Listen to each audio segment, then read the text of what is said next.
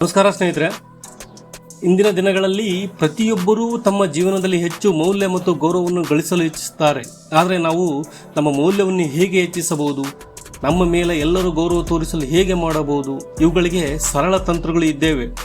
ಒಂದು ಪುಟ್ಟ ಕಥೆಯ ಮೂಲಕ ನಾವು ಇದನ್ನು ಇವತ್ತು ಕಲಿಯಬಹುದು ಸ್ನೇಹಿತರೆ. ಬನ್ನಿ ಆ ಕಥೆಯನ್ನು ಕೇಳೋಣ. ಅಜ್ಞಾತ ವ್ಯಕ್ತಿಯಿಂದ ಆದರ್ಶ ವ್ಯಕ್ತಿಗೆ. ಈ ಕಥೆಯ ನಾಯಕ ರಾಜು ಅತಿ ಸರಳ ವ್ಯಕ್ತಿ. ಹಳ್ಳಿಯ ಒಂದು ಸಣ್ಣ ಮನೆಯಲ್ಲಿ ಜೀವನ ನಡೆಸುತ್ತಿದ್ದ. ಅವನು ಯಾವಾಗಲೂ ಹೀನರು ಮತ್ತು ಇತರರು ಅವನಿಗೆ ಹೆಚ್ಚು ಮೌಲ್ಯ ನೀಡುತ್ತಿರಲಿಲ್ಲ. ಒಂದು ದಿನ ಅವನ ತಾತನೊಬ್ಬ ಅವನಿಗೆ ಜೀವನದ ಪಾಠವನ್ನು ಕಲಿಸಿದ್ದ. ರಾಜು, ಈ ಜಗತ್ತಿನಲ್ಲಿ ಮೌಲ್ಯ ಪಡೆದು ಗೌರವವನ್ನು ಗಳಿಸಬೇಕೆಂದರೆ ನೀವು ಈ ಚಿಕ್ಕ ಪ್ರಮುಖ ವಿಷಯಗಳನ್ನು ಪಾಲಿಸಲೇಬೇಕು. ನಿಮ್ಮ ಮಾತುಗಳಲ್ಲಿ ಜಾಳ್ಮೆ ಇರಲಿ.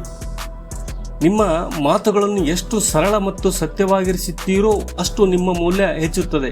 ನಿನ್ನ ಮಾತುಗಳಲ್ಲಿ ನಂಬಿಕೆ ಇರಬೇಕು, ಮಿತವಾಗಿರಬೇಕು.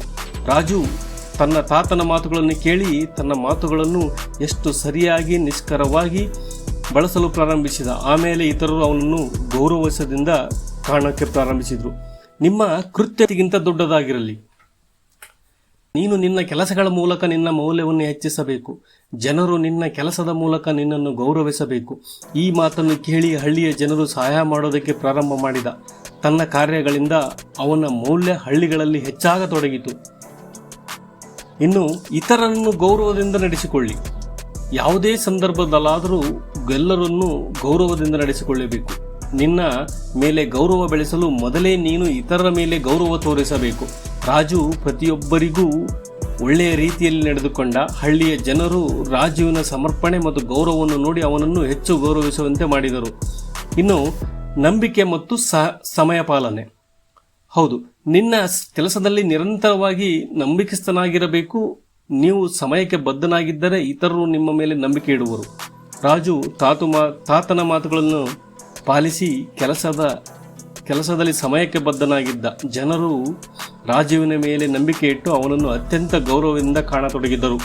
ಅತ್ಯಂತ ಸರಳ ಮಾರ್ಗಗಳ ಮೂಲಕ ರಾಜು ತನ್ನ ಹಳ್ಳಿಯಲ್ಲಿ ಮೌಲ್ಯ ಮತ್ತು ಗೌರವವನ್ನು ಪಡೆದನು. ಅವನ ಮಾತುಗಳು ಸತ್ಯವಾಗಿದ್ದವು, ಅವನು ಕೃತ್ಯಗಳು ಮಹತ್ವವುಳ್ಳವು. ಅವನು ಇತರ ಮೇಲೆ ಗೌರವ ತೋರಿಸುತ್ತಿದ್ದ, ತನ್ನ ಸಮಯವನ್ನು ಪ್ರಾಮಾಣಿಕವಾಗಿ ಪ್ರಯತ್ನಿಸುತ್ತಿದ್ದ. ನಾವು ಸಹ ರಾಜುವಿನಂತೆ ನಮ್ಮ ಮೌಲ್ಯವನ್ನು ಮತ್ತು ಗೌರವವನ್ನು ಸುಲಭವಾಗಿ ಹೆಚ್ಚಿಸಬಹುದು. ಇದಕ್ಕೆ ಬೇಕಾದದ್ದು ಈ ಪಾಠಗಳನ್ನು ಜೀವನದಲ್ಲಿ ಅಳವಡಿಸಿಕೊಂಡರೆ ನೀವು ಯಾವುದೇ ಸಂದರ್ಭದಲ್ಲೂ ನಿಮ್ಮ ಮೌಲ್ಯವನ್ನು ಗೌರವವನ್ನು ಹೆಚ್ಚು ಮಾಡಿಕೊಳ್ಳಬಹುದು. ಈ ಕಥೆಯ ಮೂಲಕ ಈ ಕಥೆಯು ನಿಮಗೆ ಇಷ್ಟವಾಯಿತೆ? ಹೌದಾದರೆ ದಯವಿಟ್ಟು